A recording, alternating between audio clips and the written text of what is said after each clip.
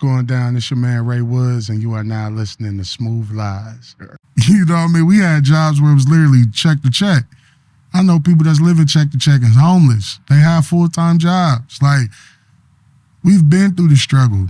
We know. So COVID was more of a just like, all right, let's go. You know, let's lace them up. You know, we got to apply what we went through growing up, and we got to apply it to everyday life for the next couple of years. What's going on, everybody? It's your man Jay. I'm your host of Smooth Lies. And it's your boy Meech over here. Welcome to another episode. As you all see, we have another special guest with us by the name of Ray Woods. Yes, sir. What's happening, fellas? Appreciate y'all having me on. I'm glad you could be here, man. Yes, sir. Yes, sir. Yeah. How's everything? How's your week been? How's your mental health been, man? I love asking that question. I love that you asked that. I have been very overwhelmed lately for good reasons. Okay. I can't break anything yet until, we're ready to do that. But some exciting news coming along from the Ray Woods camp. And I'm just learning to walk through it, you know what I'm saying? Not talk myself out of it or convince myself not to do anything, just going through with it. But the week has been very productive, man. Busy. A bunch of rehearsals. I just had my birthday on Tuesday. Congratulations, 33. Man. Appreciate that, man. Yeah. Scotty Pimpin', do they Scotty say that? Pimpin'. They say Pimpin' years? Yeah, they say Pimpin' years, you know what I'm saying? I know they say Jordan, Kobe, and Bron. I'm not sure about Pippen. But yeah, man, 33. So I just really been reflecting a lot, just being thankful that I'm still here because we all brothers, man. And we know it's definitely rare and tough to get where we are. So it hasn't been a lot of the turn up. It's been more to just a lot of reflecting. Yeah. So I'm just thankful, man. That's interesting to say that because I feel like once you hit more so after 28, the years really become reflecting years because you kind of lived your life in between, especially once you hit about 25-year-old. Yeah. That's where that teeter happens. Yeah. Put away things, man. Yeah, I feel like 25 is still those years where you have a lot to figure out about yourself. Mm-hmm. Me, just speaking on my experience, I was somewhat rebellious, but I really wanted to be an adult so fast. Why, I don't know.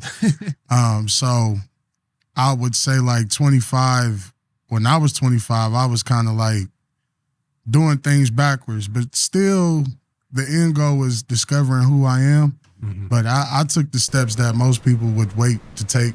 So I had a double dose of life, which is not a bad thing, man, because it made me who I am. So was that because the way you grew up, or that was just your mindset?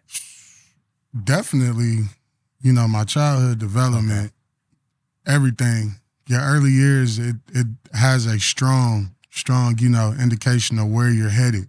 In my opinion, not everything is the end all be all growing up, but there are a lot of things that I seen growing up that I carried into my adulthood, and definitely tried to use them. And it wasn't bad that I was using those tools. It was just that I was giving my time to the wrong people. I was doing those things for the wrong people. And that was because I didn't know who I was. Okay. And I didn't love myself. And so therefore, my style is I want everybody to be happy. I want everybody to feel good, even if I'm not okay. And it took me up until 30 to realize that that's not okay. Yeah, because a lot of people, I've heard that before where it's usually you kind of hear that from your grandma. Yeah. Where she puts in the most work to make sure that the household is good, all the grandkids. And for you to realize that, what age did you say you realized that? 30. At 30, okay. So, what I've noticed is that a lot of people, when it's kind of hitting towards that 30 marker, folks start to, focus on the self-love because they've spent the majority, if not their whole life, making sure everybody else is good. Yeah. Yeah. But So we know you said you had an early fast track to your adulthood, even though you weren't an adult. Yeah. You being an adult, could you tell the listeners what it is that you do? Right now, or what I did? Are you talking about just Ray Woods? I don't want you snitching on yourself. I just want to know, who is Ray Woods at 33? Man, Ray Woods is just a proud father. Number one, proud black man. Wow. Proud black man, proud father, proud provider. And I love music. I'm passionate about music and sports. I feel like my ministry is being able to give back to the youth through sports, through music. So I'm just using every day that I'm alive to just make sure that my daughter sees what I'm doing, so she knows how to be treated. I'm making sure that she sees how I'm treating her mother, so therefore she knows exactly what she wants to expect from a man. And more importantly, just finding ways to pour into her so she doesn't have to get the things that I thought a woman needed from a man. You get it from yourself. Yeah. So I do everything, man. I got a 9 to 5. I do that during the day, and then on the nighttime, I'm hitting the stage with my band, The Deal Breakers. Okay. Man, yeah. Now, with you being a family man, Yes, sir. could you speak to us like what it's like being a father, as well as you said husband? Oh, no, not husband. You couldn't. Y'all see, I'm trying to do He tried to give me that. Y'all see, I'm trying to do No. But okay, as a father and a family man, Yes, sir. Could you talk to us about how that is for you, especially in today's world and society? Man, it's not as tough as a person makes it. Okay. It's more about, if you got your priorities lined up, man, and you know what's important, there's a lot of stuff that can't phase you. Now, 21, 22, I didn't have any kids. All I had was music. I was in a relationship, but man, I was in the prime years. And at that time, I couldn't deal with the attention that came with doing what I do. You know, not even just from women, just people like, oh, yeah, you Ray Woods. You know, I can't even work at my day job without somebody coming in like, yeah, you that dude. Yeah. And now it's just more like, yeah, that's me. It's a pleasure to meet you. I appreciate your support. You know, I got to keep it going. I'm at work. You know, but as far as like the balancing it goes, like it takes, you have to sacrifice something. So there's times where it's like, man, I'll go dark on social media where I don't give it my energy. I don't have time. Like I just did 60 hours at work. I've been rehearsing with my band 2 nights a week, and I have a family. You know, I got a lady that she requires attention just as much as I do. And then we have a child that we have to pour into. So it's more about putting your priorities in order, and just paying attention. Like I could tell, like, okay, Ray, you've been on your phone all day. Okay, you know what I'm saying? Be present with your family. Or, you know, the beautiful thing about what I have in my personal life is she understands what I do. I understand what she does. So she knows that you're going to be busy. Like, that's not the problem. And I've been in relationships where it's like they say, oh, yeah, I support whatever you do, and they really can't handle the fact that you don't have time to just lay around and cuddle all day. Yeah. I got money to make. I got moves to make. And I'm definitely blessed to say that I have somebody that can be like, yeah, like, take care of business. When you get home, just give me a little bit of your time. And so it's just communication, you know, balancing your priorities, and you know what's most important is common sense. Yeah. It's common sense. But it is challenging at times. It does affect your mental health if you're not fully grounded with yourself. So I go to therapy twice a month. I do a lot of self-care, which is in the gym. You know, I've been better with that, you know, more consistent with just trying to find an outlet.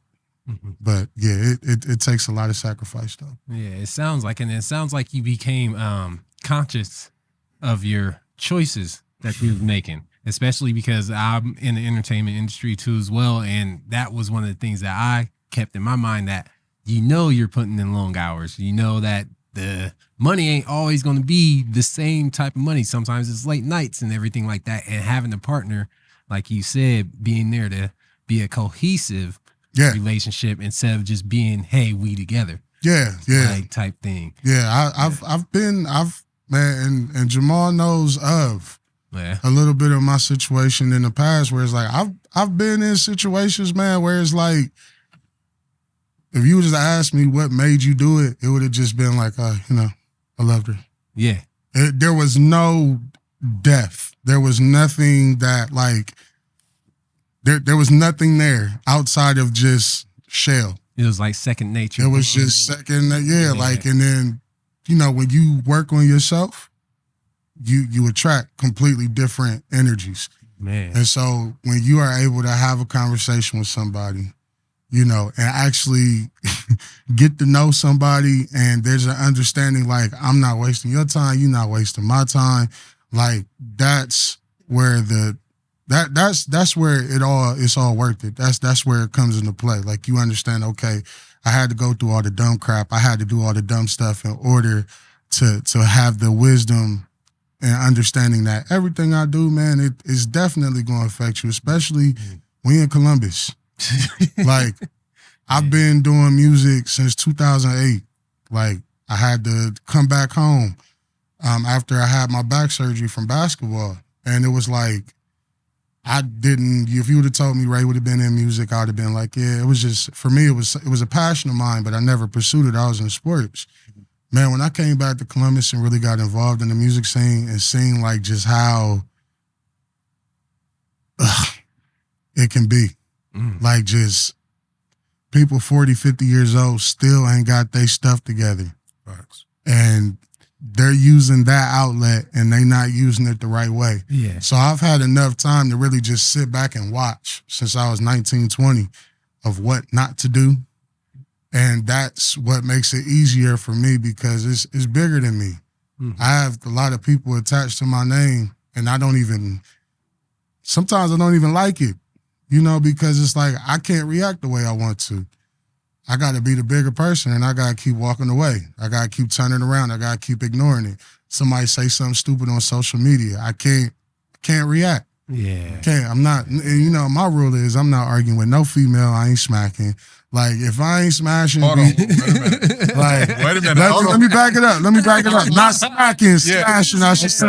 Not hitting.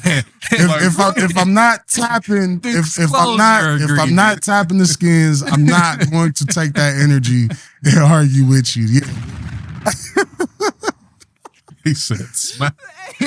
I'm glad you called that. Hey, PSA, will you not support abuse? Yeah, we ain't okay, but go ahead. Either form, any form, either way. Form of abuse. But no, seriously, man, I've had enough time to just sit back. And also I've had enough time to make mistakes to learn from. And so that's the biggest thing, man. But at the end of the day, I told myself, especially becoming a father, I never wanted to create a reputation that my kids could not like, oh, that's your dad? Oh man. Legacy. Yeah, I don't ever want that. And I'm blessed and privileged to say that, my mother, I was able to see her demand the respect everywhere she went, because she did things the right way to the best of her abilities, even with all the mistakes she made. You know what I mean? Even with all the mistakes and all the bad decisions that she's ever made, it never got back to us. And that we never had to suffer for those consequences. So I had a very strong upbringing to understand, like, man, everything you do, it impacts not only you, but everybody attached to you. Yeah. I like that. And what I'm getting from, because like you said, we already know each other. We've had conversations in the barber chair. That's the special thing about my job. I'm able to, have these conversations with you guys. It sounds like with the new woman that it's special and it also brings balance to your life. With you having a daughter, you were talking about the decisions that you make in the present that shape, the future of you as well as her. Could you talk to us about that moment you found out you were having a daughter? The moment I was completely caught off guard, wasn't expecting it. It wasn't anything that I was like, I've always wanted to be a dad, Mhm. Like I've always longed to be a father. I love kids. I've been around them since forever. Mhm. You know, I have a big family, so that mode just kicked in. I can't explain it. It's a mind state that is like, okay, it's not about me anymore. Something's bigger Like than you. it's bigger than me. And the first word that came to mind was legacy. That's it. Absolutely. Legacy. That's all that came to my mind. So every day I get up, I had to tell myself that now you have even more reasons to take care of yourself. And and that was the hardest adjustment I had to make, was being able to balance. Yeah, it's still about you too, but you got to understand that, yeah, you have people depending on you, but you can't just neglect yourself. And so there was a period of time where I kind of fell off the wagon, stopped going to the gym. I ain't had time. I had time. I didn't know how to make it. Management. And I was just trying to manage time, and I was, overutilizing my energy here, and, whatever the case may be. But the moment that I found that out, man, it just, a gene, like I feel like something, like a light switch flicked on, and it's been go mode ever since. Not necessarily in just being busy, but being productive. Just making sure I'm making the most of my time, and I'm just trying to build a future. Like, that's it. So I have a platform. I have opportunity to use the stage to, like, let's not take anything away from it. It's bringing in money. That's putting food in the house. You know what I mean? That's taking care of bills. And then more importantly, I'm able to take that money and I can use that for my visions and my dreams versus having to pull my 9-to-5 money.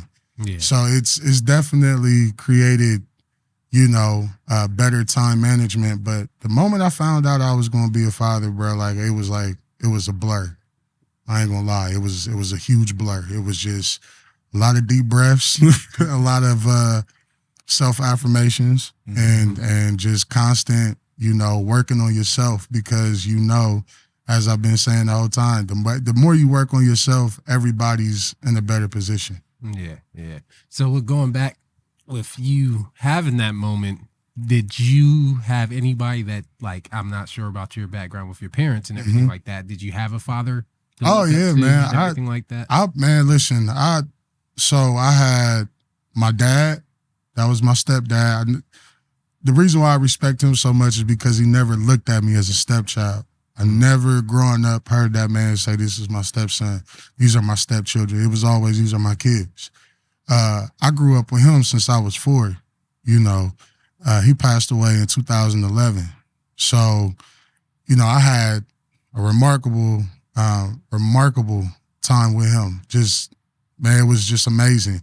My father, my biological father, like, he's still in my life. You know what I mean? We've had a rocky, relationship, but at the end of the day, like, that's my father. I wouldn't be here without him. Yeah. So even with all the pain that I've had, is just a direct result of the pain that he dealt with. And it took a lot of hard conversations to come to grips that, man, like, he was just dealing with me the way he dealt with whatever he was dealing with as a child. So that's the full circle moment. And then on top of that, man, I had so many father figures, hella uncles, basketball coaches. Yeah. So I took advantage of that because I understand how difficult it was. Like, I grew up on the south side of Columbus. Yeah. There's only one house, that I personally knew on my block that had 2 parents. Man. That was my house, and the house across from it was my neighbor. We grew up with each other since we was in 3rd grade.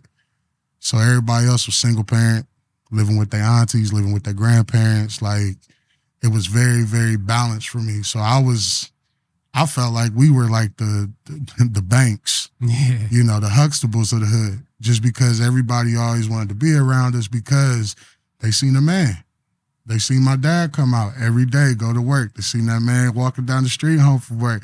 Seen that man out there doing football drills with us. They seen that man telling us cut the grass, working on cars. Like, that presence, I didn't realize it because I took it for granted. I ain't gonna lie, because I had it.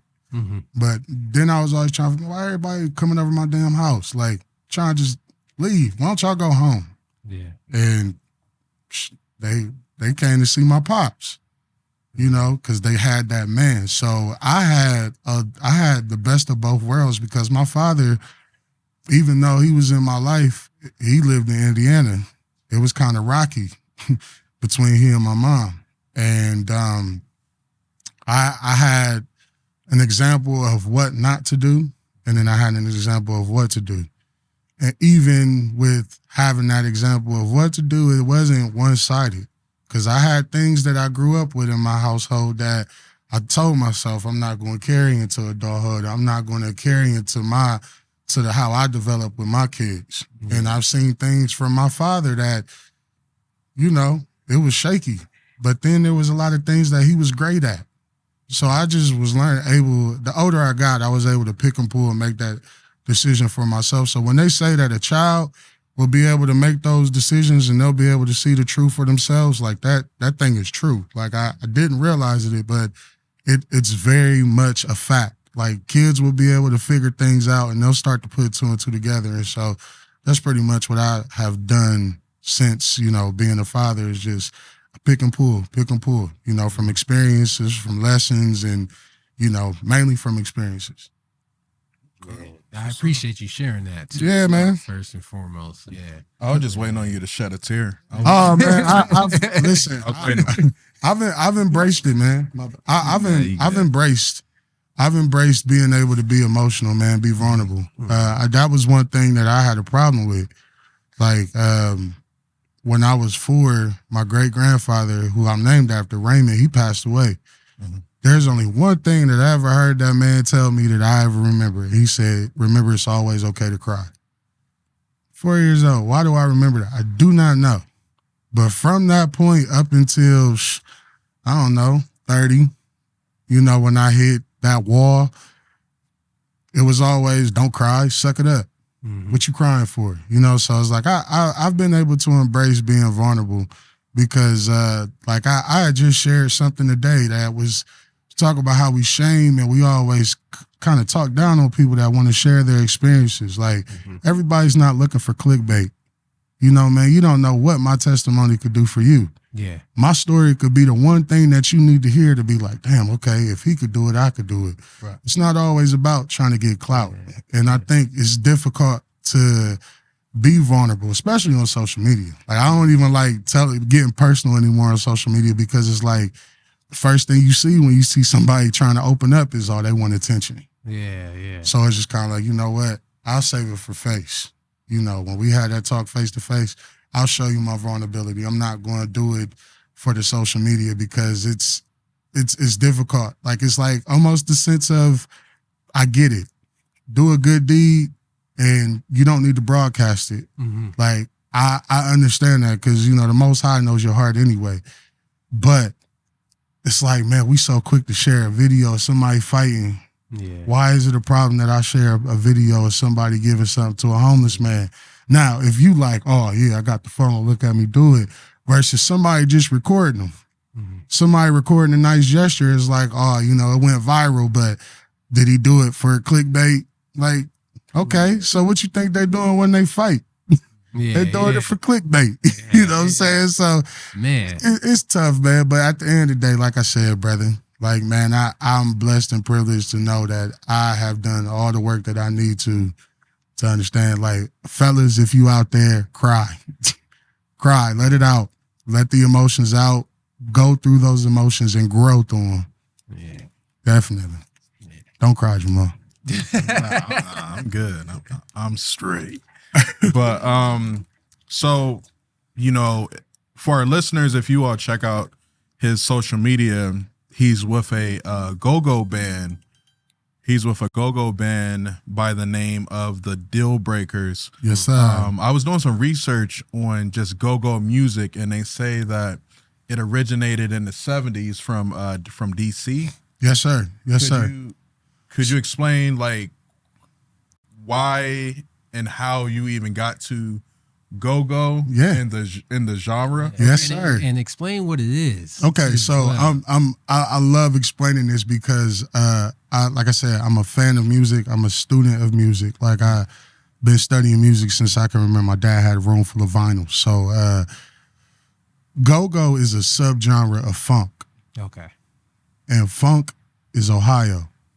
Ohio birthed funk.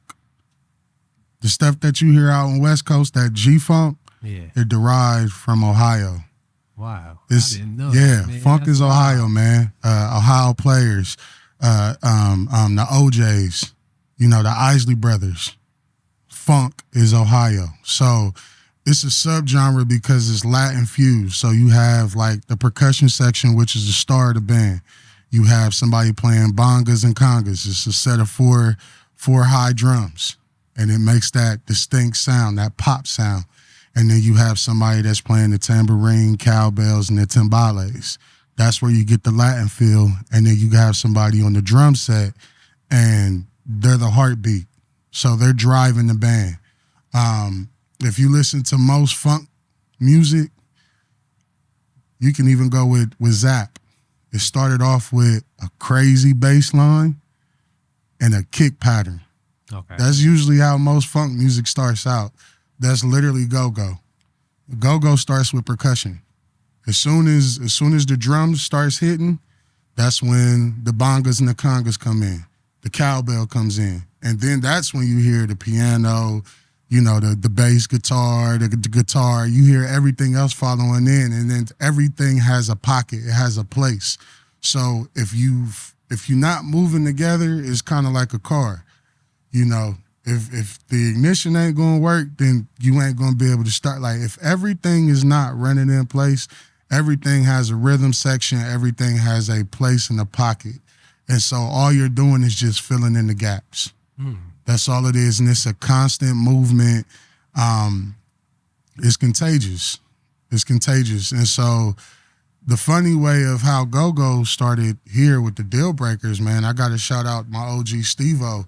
He's the one that actually, planted the seed in my head. 2017, we was at the studio. We met up twice a week. The band met up twice a week. And at this time, we was just doing, jam sessions. We were doing nothing really major. It was like a lot of retros and Zanzibar and a lot of spots that was just more, home feel. Okay. Just some juke joint type, spots. Yeah, just something that, definitely underground, but it was meaningful. But we wanted to kick it to the second gear. And we were sitting in the studio, and he's from D.C., and so he was like, man, I want to run something by you. I just need you to open your mind up and hear me out. So he goes to YouTube and types in cranks and 808s. Put this thing on, man. The next thing I know, I'm just like, wow. I had no idea it was like that. Because you hear EU the butt, doing the butt, dun, dun, dun, dun. That's go-go. Okay. Matter of fact, A. Marie.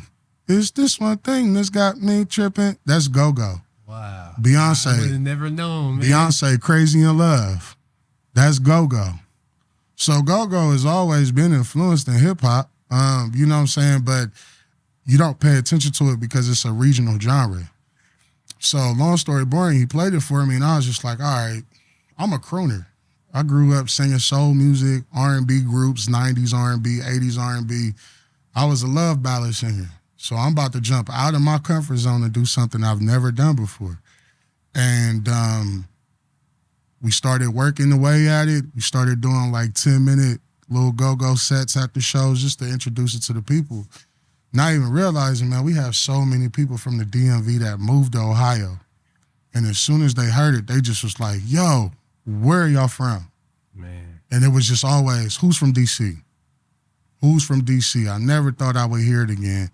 And then, man, we locked in. We did a show at Natalie's. It was in February 2018.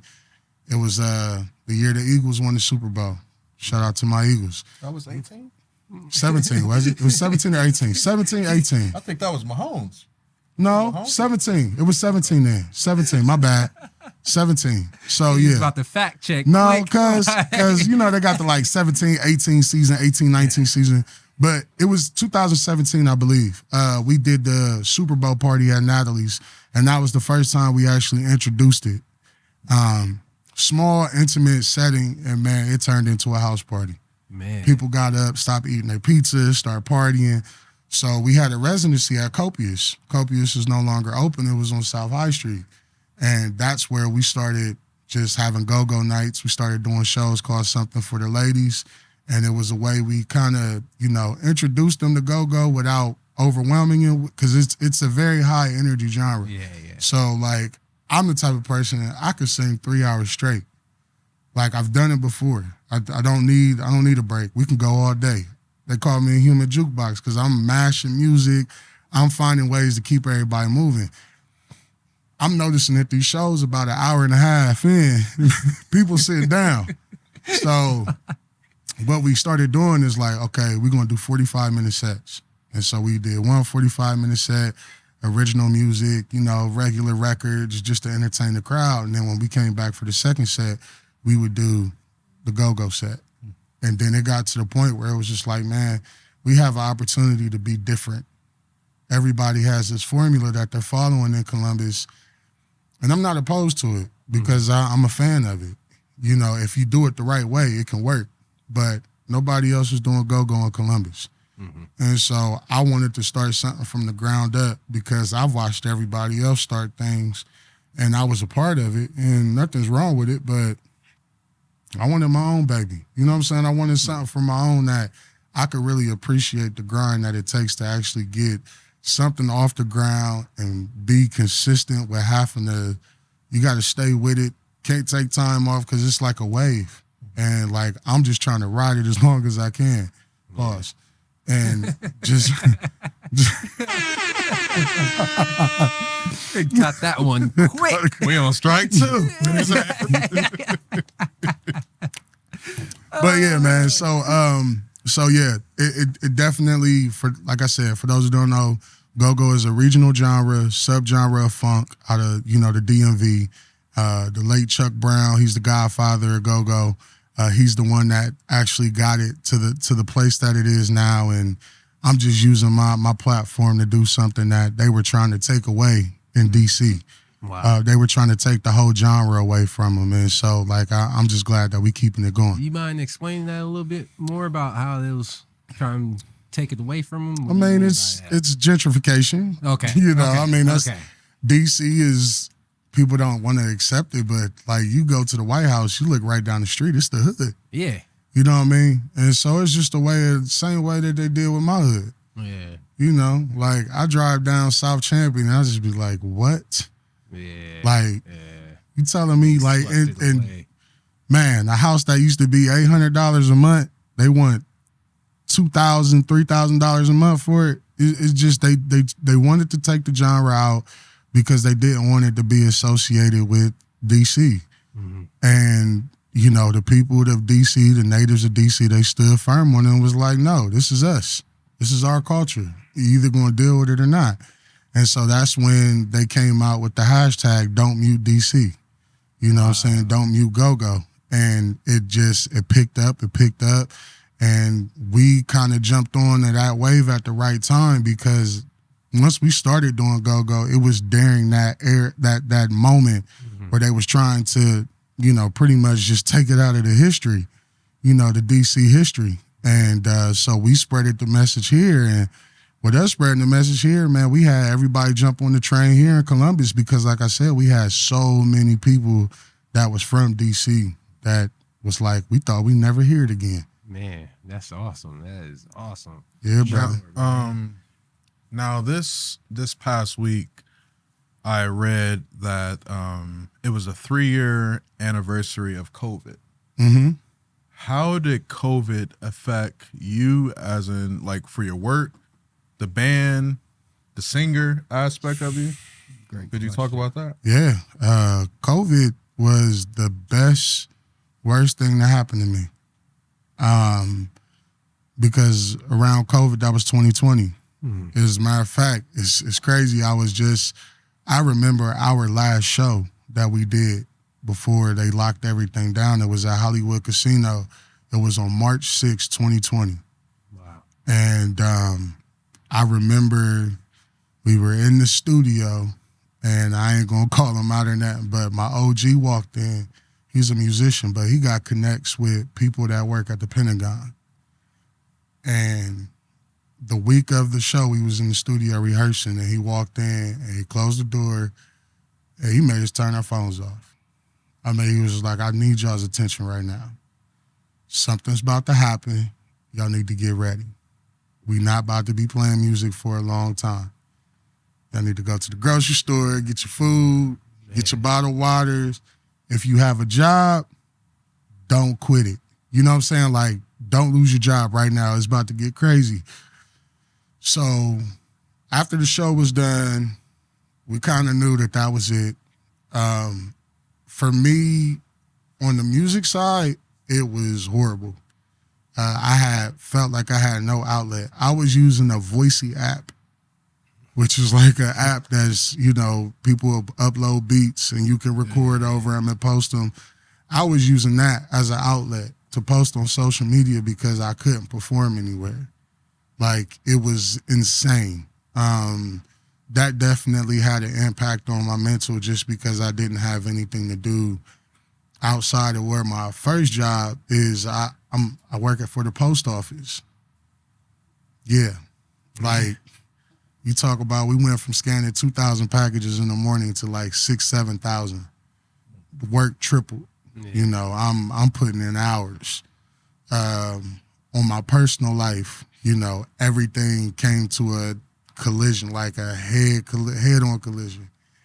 And I felt like COVID was that turning moment that, like, I had to really address myself, and I had to stop trying to play victim about what happened to me and what I've been through, and I had to really start putting in the work to heal myself. So it gave me a lot of time to isolate. I appreciated the isolation. I did. It made me really have to work on myself. So it affected me in a lot of negative ways, but man, like, shit, I just took the lemons and made them lemonade. Like, I'm sorry, I'm black. Yeah, there ain't no quitting. But not only that, but it's like, bro, like, I'm watching people run in the stores and grab groceries, and I'm just like, bruh, y'all don't even know I could eat peanut butter and jelly for the next 3 weeks. Like, y'all, like, this was not anything different to us. Like, man, y'all losing the privilege of being able to do what y'all have always done. And it's like, for us, man, it wasn't a privilege for us. Yeah. We had to go to work. You know what I mean? We had jobs where it was literally check to check. I know people that's living check to check and homeless. They have full-time jobs. Like, we've been through the struggle. We know. So COVID was more of a just like, all right, let's go. Let's lace them up. We got to apply what we went through growing up, and we got to apply it to everyday life for the next couple of years. Right. Yeah. What? So, I think it's April 22nd, but we got Ryan Garcia versus Gervonta Davis. Who you going with? Uh-oh. Going with Tank, man. Why? Because I'm on the other side. You should have known Maul was going to have a bet. You know what? And I don't take anything away from Ryan. Like, Garcia is a dog. Like, I'm not about to sit here and act like he can't, but I mean, I've watched enough fights to know if Tank gets that one hit, Garcia I don't think he could recover from that. I don't. I mean, I'm just thinking about a crazy hook, anywhere on his body from Tank. Like, if he hit me, he's shifting everything. Like, I'm going to stand still. My whole body shifting. Jello. Like, so, I mean, I think it's going to be a good fight. I don't think it's going to be anything that happens like, I don't think it's going to be one hitter quitter. But I'm riding with Tank. I want to hear why you think Garcia going to win. Well, so I've watched both fighters. I'm not going to lie. I haven't seen all the fights. Okay. But what's kind of reminded me of this fight, as far as like with the storyline, Gervonta Davis, everybody talks about his power.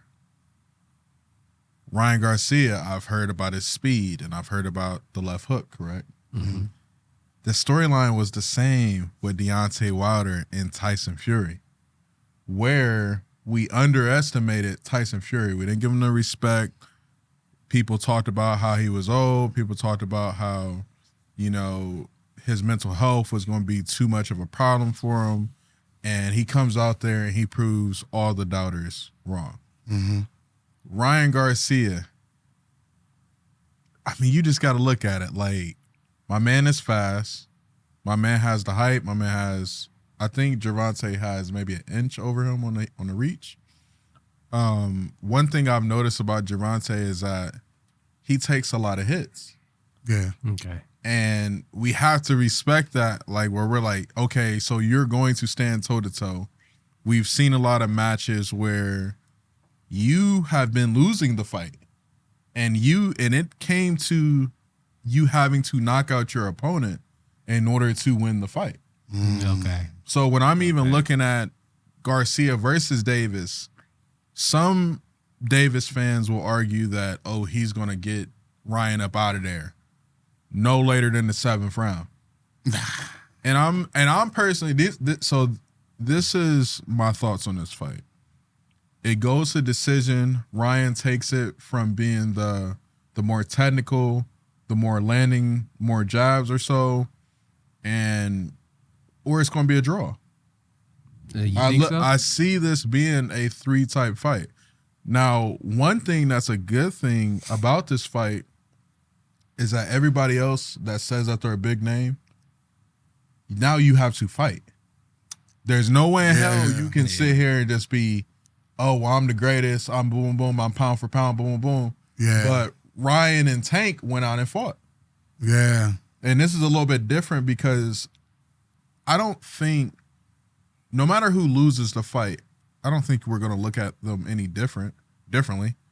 We expect somebody to lose the fight. Yeah. Somebody has to lose. Somebody has to lose. So I'm going with Ryan Garcia, and I'm going by decision, or I'm just going by draw. Those are my takes on that fight. You in the boxing? I'll watch it. I'll dabble a little bit. But I feel you on the decision. I think it's going to go to decision. I'm not teeter-tottering either way, but I think it's going to go the distance for sure, especially when you, like you said, it's speed versus power. And you never know what's going to happen when it comes to speed versus power. Yeah. Like, especially if somebody got a steel jaw, like, if they could take a lot of punches, we almost looking at a movie. Because I'm like, I've never seen it, right? And I always compare this fight to the Deontay Wilder fight. And I get it that they're in 2 different weight classes. It's a lot less weight and stuff on the body. Mm-hmm. But one thing I've always noticed about a power puncher is that when the power does not land, what type of fighter are you? Yeah. When the power doesn't land. Yeah. You're using a lot of stamina. Stamina. So, like, once we get to them later rounds, like they were saying, let's just say it goes to the 7th round, it's not a knockout. Once we go to those later rounds, now it's a dancing game more so. That's who can stay definitely- on the feet longer. Yeah. And then lighter weight class, they got a little bit more stamina too as well. You don't see heavyweights going the distance too much, or if you do, they're like gassed. Like, so that's I think if it gets to that point, you'll start seeing Tank go for that counter. yeah. He's gonna have to. Yeah. And it's gonna have to be, like Jamal said, a big. He ain't gonna have to. He's not gonna be able to get back up. Yeah. Because even with those knockdowns, like Jamal said, if he's more technical and he wins that scorecard, when it comes down to the decision, it's gonna be a split Garcia because he landed more, he looked better. You know what I'm saying? And I always tell people, like, when it comes to the speed, no, it's not always the end all be all, but it's like if they can punch quick, they can move quick. I mean, it's It's tactical. It's tactical, it's going to be hard for Tank to try to get those bombs on him. Yeah. So you think, how you think it's going to come out starting off? You think they're going to fill them out? Both of them going to fill each other out, or you think they're going to come off with their game plan? I don't think either one is going to be able to try to come in right away and just go crazy. Okay. I think the fight is too big to I think it's too big for they both know the magnitude of the fight is going to be a chess match. Okay. It is going to be an ultimate chess match. I think the first couple rounds you're going to see some. I feel like boxers like they try to script out the first 3 rounds. Mm-hmm. You know, they try to like, okay, first round we're gonna see what they coming with. Second round, I'm gonna go with I'm gonna line him up to see what he's moving off of and what he's reacting to, and then I feel like that's how it's going. I think it's gonna be a huge chess match. Yeah. But I don't know, man. I just Tank. I can't. Yeah. I just see if he is able to land a punch on Garcia, it's going to sound hard and is definitely going. It's going to affect. It's going to take him down, man. But Garcia is a dog, man. I just want a good boxing match. Like me, I grew up on boxing because my dad was a huge boxing fan. Like he's family with Buster, so it was kind of like I grew up on heavyweight. Okay. I ain't grow up on all of this small boxing. There's nothing against them, but like you had to slug them. You know what I mean? And I grew up. We also grew up in an era, all of us did, where man, they wasn't afraid to fight each other. Yeah. I think there was only one boxer everybody dodged until his later years, and that was Tyson. Like, you know, they talk about Lennox beating him, and I'm just like, yeah, Lennox was never wanting to fight Tyson in his prime. Yeah. Like when he was putting him down in 13 seconds, he didn't want any parts of him. Yeah. So I grew up in an era where, man, like you said, the fighters had no choice but to fight each other. You can't call yourself the GOAT, the greatest of all time. You can't do none of that if you're not stepping in the ring with somebody that says the same thing. And that's why I haven't ordered a fight. I will streamcast that puppy all day long because it's like I'm tired of watching a contender fight a champion. Like, I want to see a champion fight a champion. And I'm not talking about titles, but I'm talking about, I know if Crawford and Spence get in the ring, it's going to be a slugfest. Like, those fights, that's what boxing needs. Because right now, UFC is taking the cake. Like, because they have good fights. Like, man, the boxing, but like, yeah, I grew up on heavyweight. So I want to see, if it's a match, I want to see a match. I'm tired of seeing undercards be the main event. Facts. Well, we getting about to that time. Man. Yes, sir. We getting about to that It's time. close. I told you I wouldn't have you for a long time. Yes, sir. Sometime, but not a long time. So I know you have a performance tonight, right? Yes, sir. Yes, sir. You want to talk about that performance? Yeah, we are going to be at Ginger. It's called Ginger Rabbit Jazz. Mm-hmm. It's downtown.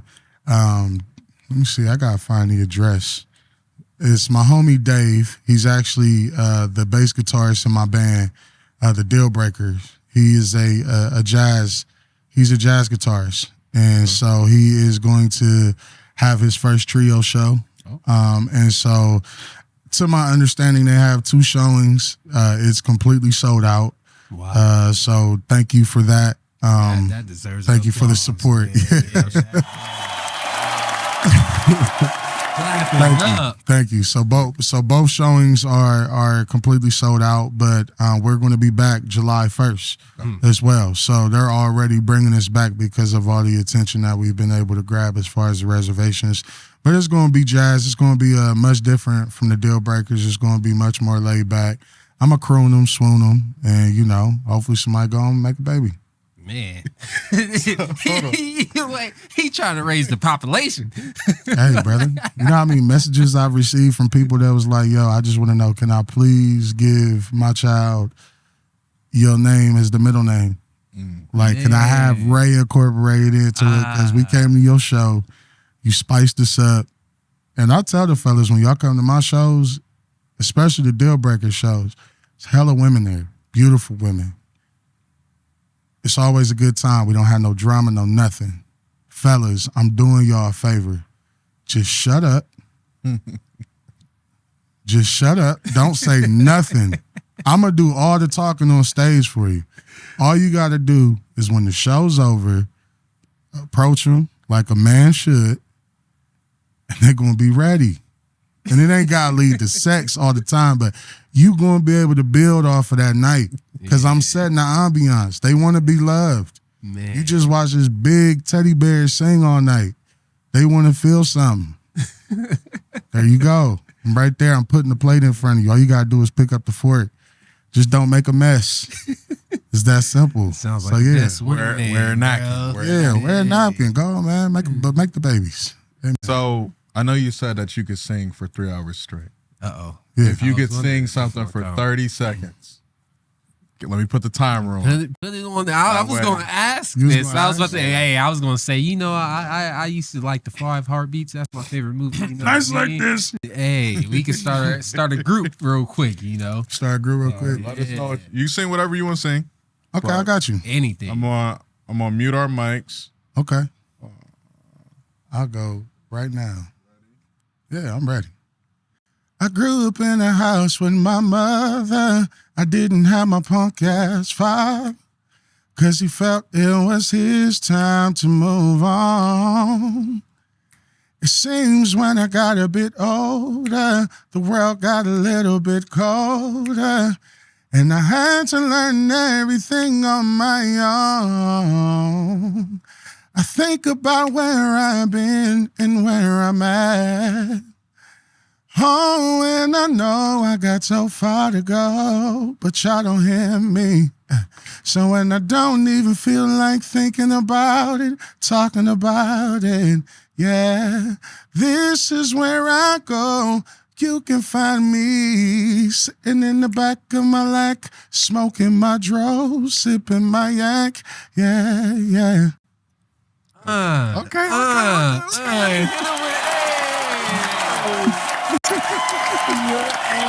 Hey, have me over here ready. Hey, Steph, did you have him focused on that? Did you have him the only shot on the clip? Of course. Man, please. Smooth vibes. Hey, that was straight smooth. WTYX, the Soul Station. Like we said before, we appreciate you coming out. Yeah. Hey, man, this is a yes. good time, man. I hope I can come back for sure. Definitely talk some fun stuff, man. Strippers. No, Hey. I'm just playing. He said, whoa. I'm just playing, man. Just playing. I'm the corny dad, man. I'm going to say all the stuff that you shouldn't say. Like, God, you can tell he don't get out. That literally just happened to me. I was in Detroit for my birthday, and we in the bar, and I'm starting to mix Gracie's Corner songs with what they're playing in the club. And the bartender said, baby, you got to go home and watch some reality TV. I'm thinking about my damn baby in the club. I'm supposed to be turned up. And I'm talking about brush your teeth, baby, brush your teeth. Like, You in the wrong place, bro. in the wrong place, brother. Oh, man.